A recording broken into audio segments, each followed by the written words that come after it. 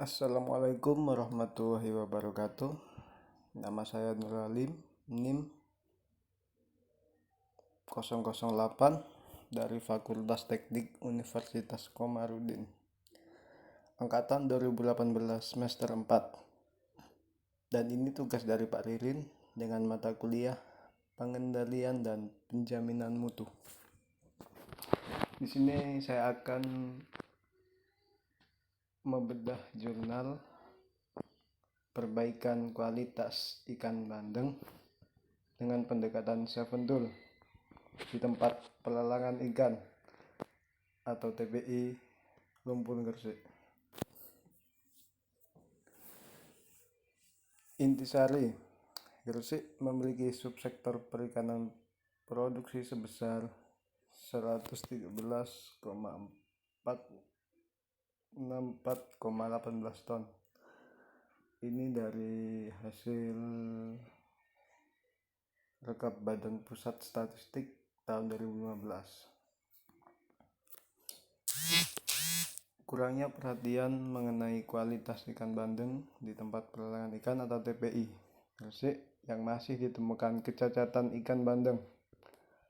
Maka dari itu, bagaimana cara untuk memperkecil tingkat kecacatan ikan bandeng dan melakukan perbaikan kualitas ikan bandeng di pelanggan ikan atau TPI Gresik sehingga tidak terjadi kecacatan lagi.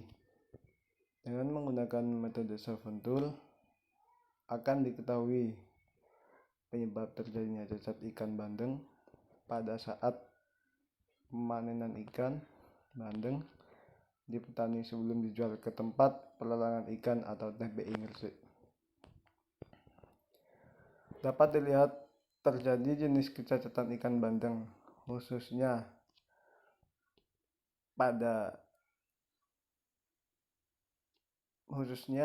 sisik ikan bandeng yang mengalami cacat yang paling tinggi, yaitu 2.252 ekor ikan bandeng, cacat incang ikan warna putih pucat sebanyak 111 ekor ikan bandeng, cacat warna mata ikan merah sebanyak 96 ekor ikan bandeng. Perbaikan menggunakan root cause analysis memberikan pemahaman, pengarahan, pengertian, dan metode penangkapan pada petani budidaya ikan bandeng mengenai pentingnya kualitas yang harus melalui proses yang sesuai. Yang pertama, pendahuluan. Gresik merupakan kota yang sebagian besarnya merupakan lahan pertanian, yaitu meliputi subsektor pertanian pangan, subsektor perikanan, subsektor peternakan, dan subsektor perkebunan. Subsektor perikanan merupakan subsektor yang memiliki produksi yang cukup besar. Nah, di sini karena kebanyakan orang Gresik atau mayoritas Gresik memang petani tambak atau sejenisnya, seperti tambak ikan bandeng, udang, atau yang mujair atau yang lainnya. Makanya dinyamakan subsektor perikanan ini yang paling produksinya yang cukup besar setelah sektor pertanian pangan. Dan pada tahun 2014, subsektor pertanian pangan memiliki produksi terbesar di Gresik sebesar 393,802,02 ton, dan subsektor perikanan memiliki produksi sebesar 113.464,18 ton. Ini hasil pemantauan atau analisa Badan Pusat Statistik tahun 2012. Para petani budidaya ikan khususnya di Kota Gresik sebagian besar membudidayakan ikan bandeng karena intensitas kehidupan pada ikan bandeng sangatlah tinggi. dan mudah untuk dibudidayakan baik di air payau atau air asin. Hasil dari budidaya ikan bandeng akan dijual ke tempat pelanggan ikan TPI Lumpur Gresik, satu-satunya tempat penjualan yang hasil ikannya dari petani tambak. Di tempat pelelangan ikan atau TPI Lumpur Gresik ini mempunyai masalah mengenai kecacatan ikan bandeng dengan beragam jenis cacat pada ikan bandeng dapat dilihat dari grafik sebagai berikut. Nah, ini adalah persentase atau grafik kecacatan ikan bandeng pada TPI Lumpur Gresik, bisa kita lihat. Ini jumlah atau angka kecacatan. Di kota Gresik ini ada tradisi berjualan bandeng atau yang bisa dikenal dengan sebutan pasar bandeng di Gresik. Biasa dilakukan setiap menjelang lebaran. Tahun ini ajang yang ditunggu-tunggu para warga Gresik dan petani tambak tersebut diselenggarakan pada Senin tanggal 11 bulan 6 2018 yang lalu hingga Rabu malam yang tempatnya tidak jauh dari pelelangan ikan Gresik atau TPI Gresik. Untuk edisi kali ini ada puluhan pedagang yang mengais rezeki dari penjualan ikan bandeng. Bandeng yang dijual bervariasi, mulai berukuran kecil, sedang, hingga yang menjadi idola. Bandeng berukuran besar. Bandeng yang dijual tidak hanya berasal dari tambak petani ikan di wilayah Gresik. Mereka berjajar rapi dalam stand berukuran 1 kali 1,5 meter yang disediakan Dinas Koperasi Usaha Mikro dan Perindak atau Diskoperindak Kabupaten Gresik. Tepatnya di depan pasar tradisional Gresik di Jalan Raya Samanhudi hingga sebagainya Raya Gubernur Suryo. Saya sendiri sudah beberapa kali jualan bandeng dalam rangka pasar bandeng seperti ini. Hasilnya cukup lumayan karena orang-orang bisa beli bandeng untuk disajikan saat hari raya atau lebaran nanti. Ujar salah satu pedagang, Abdul Somad, 57 tahun. Pada acara kali ini harga bandeng bervariasi. Bandeng termurah yang berbobot 1 kg dihargai dengan 45.000 sampai 60.000. Bandeng 2 kg dijual kisaran harga 110 sampai 120.000 dan bandeng 3 kg seharga 180 sampai 190.000. Apalagi pembeli juga membutuhkan bandeng-bandeng tersebut sebagai sajian di hari raya Idul Fitri nanti. Nah, ini bisa kita lihat kondisi atau foto ikan bandeng yang ada di tebing Gresik. Memang cukup cacat dari segi fisik atau kesegaran. Dari gambar 2 di atas dilihat kondisi ikan bandeng tersebut mengalami kerusakan atau penurunan kualitas secara fisik, yaitu warna mata ikan merah, sisik ikan tidak lengkap yang seperti saya sebutkan tadi, dan ini akan mempengaruhi harga jual ikan bandeng tersebut. Dan kesegaran ikan bandeng juga mengalami penurunan.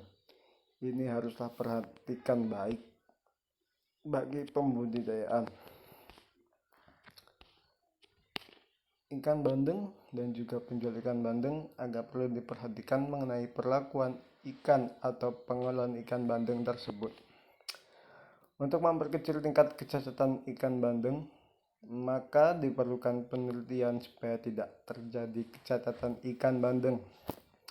Dan penelitian ini berguna bagi petani tambak atau budidaya ikan bandeng supaya menghasilkan kualitas ikan bandeng yang fresh atau segar dari petani tambak akan mendapatkan harga yang baik. Kualitas dapat diartikan dari dua perspektif, yaitu dari sisi konsumen dan sisi produsen. Namun pada dasarnya konsep dari kualitas sering dianggap sebagai kesesuaian seluruh ciri atau karakteristik suatu produk yang diharapkan oleh konsumen Adapun pengertian kualitas menurut American Society for Quality yang dikutip oleh Heiser J. Render adalah quality is the totality of feature and characteristic of a product or service based on its ability to satisfy standard or unmet need.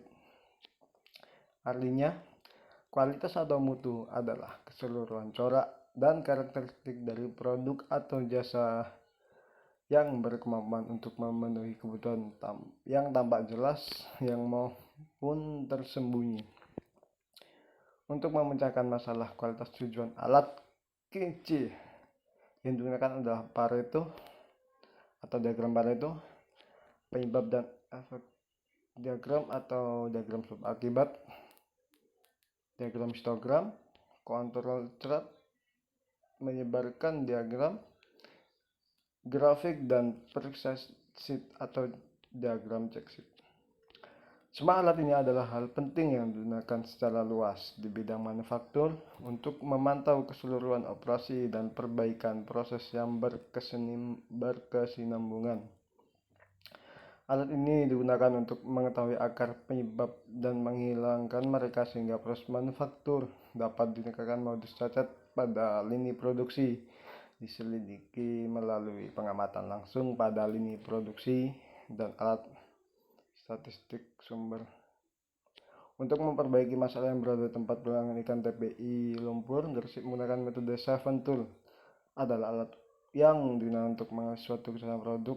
Alat bantu dalam pengendalian kualitas yaitu 1. Lembar pemeriksaan atau check sheet, diagram sebar atau scatter diagram, diagram soal akibat atau fishbone, 4. Diagram Pareto atau Pareto analysis, 5. Stratifikasi atau flowchart, 6. Histogram, 7. Peta kendali atau control chart. Dan akan dilanjutkan dengan menggunakan metode root cause analysis atau RCA untuk memperbaikan kejahatan pada ikan bandeng di tempat pelelangan ikan TPI Lumpur Gresik. Menurut Juchan, root cause analysis RCA merupakan suatu metodologi untuk mengidentifikasi dan mengoreksi sebab-sebab yang fungsional. Metode root cause analysis RCA sangat berguna untuk menganalisis suatu gambaran sistem tentang hal yang tidak diharapkan yang terjadi. Bagaimana itu bisa terjadi? Ini mengapa itu bisa terjadi? 2. Metode pilihan ini terdiri dari tahapan proses penelitian atau urutan langkah-langkah yang harus dilakukan penelitian. Dalam melakukan penelitian, adapun tahapan-tahapannya adalah sebagai berikut. Nah, ini adalah gambar flowchart. Flowchart mulai start, perumusan masalah, terus penentuan tujuan penelitian. Panduan tujuan penelitian dibagi menjadi 2, yaitu studi pustaka dan studi lapangan. Studi pustaka adalah kualitas produk dan metode 7 tool. Yang studi lapangan dibagi menjadi 2 juga. Yang pertama, mengidentifikasi permasalahan yang terjadi. 2. Memahami aliran proses produksi. Nah, terus kita balik ke tahap pengumpulan data. Tahap pengumpulan data itu ada dibagi menjadi 2 data. Yang satu data primer, antara lain wawancara, diskusi.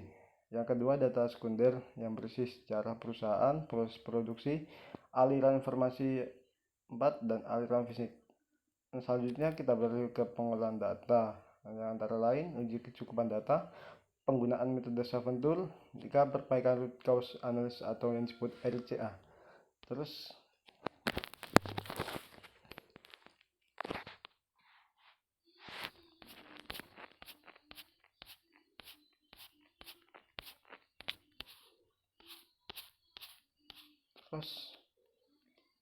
kita kemudian RCA.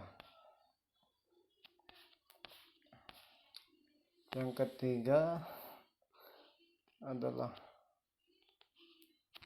flowchart. Flowchart adalah diagram alur proses penangkapan ikan bandeng sebelum dijual ke tempat pelelangan ikan atau TPI Gresik. Ini adalah contoh flowchart. Yang ketiga adalah check sheet. Nah, Checksheet berdasarkan hasil pengumpulan data pada penilaian diperoleh data cacat untuk produk ikan bandeng yang dihasilkan oleh checksheet atau lembar pengamatan. Ini adalah contoh bulan April, jumlah bobot perpanjangan paling tinggi adalah 75 dan paling rendah adalah 60. Isi persatuan di keranjang paling banyak berisikan 450 ikan bandeng. Ini adalah dan jenis cacat per ekor. Yang sisi ikan tidak lengkap, yang paling banyak adalah jumlah ikan bandengnya 103 ekor. Warna mata ikan merah yang paling banyak 6 ekor. Insan ikan merah putih pucat 9 ekor. Total cacat yang paling banyak pada bulan April ini adalah 353.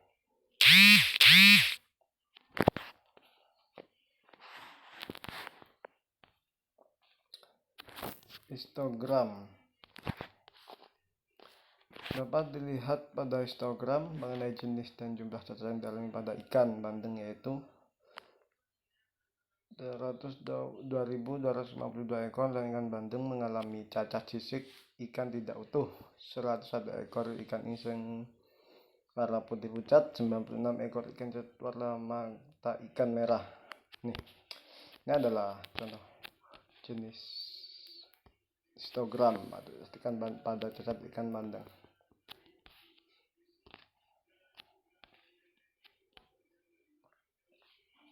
Yang kedua adalah kontrol cat. Berdasarkan atas maka dihitung dengan peta kendali C sebagai berikut. Rumus kontrol cat. Hasil per control limit atau UCL. Hasil perhitungan lower control limit atau LCL. Terus diagram scatter.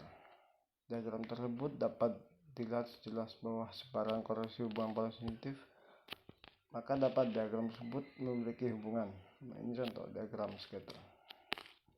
Selanjutnya diagram Pareto. Tabel di bawah menjelaskan cacat ikan, nilai persentase kumulatif yang akan digunakan untuk pembuatan diagram Pareto. Ini jumlah persentase cacat ikan. Dapat dilihat cacat dominan adalah fisik ikan tidak lengkap, warna mata ikan merah dan isan warna putih pucat. Ini adalah selanjutnya diagram fishbone atau sebab akibat. Hubungan sebab akibat, maka yang dapat diketahui cacat dominan ikan bandeng yaitu sisik ikan tidak utuh dengan menggunakan diagram sebab akibat. Keempat faktor penyebab kecacatan menggunakan fishbone adalah sisik ikan bandeng tidak lengkap, paling banyak adalah kurang dari sisi atau manusia, dan kurang fokus saat mengapakan ikan, kurangnya memperhatikan saat penangkapan ikan. Dari environment atau waktu pengiriman menjadi lama, dan tempuh menentu yang tidak.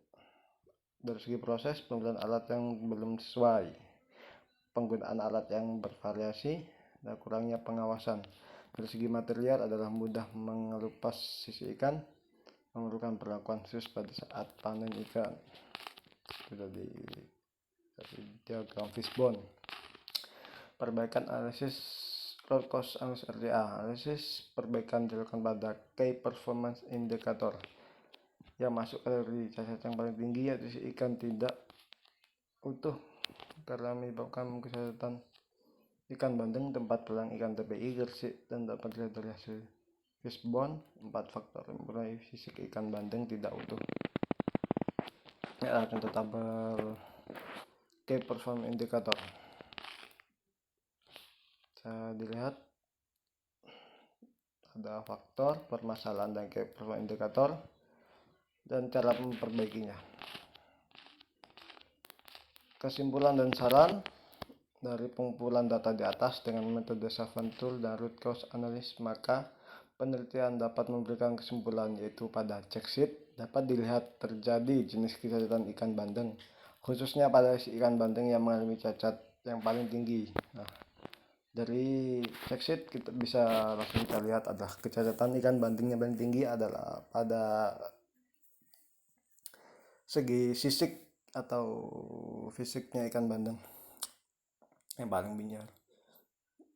Terus cacat insang ikan warna putih pucat sebanyak 111 ekor ikan bandeng. Nah, ini catatan yang paling tinggi kedua adalah cacat insang. Yang ketiga cacat warna mata ikan merah sebanyak 96 ekor ikan. Nah, ini cacat yang paling sedikit. Yang paling sedikit ialah cacat pada mata ikan bandeng yang berwarna merah.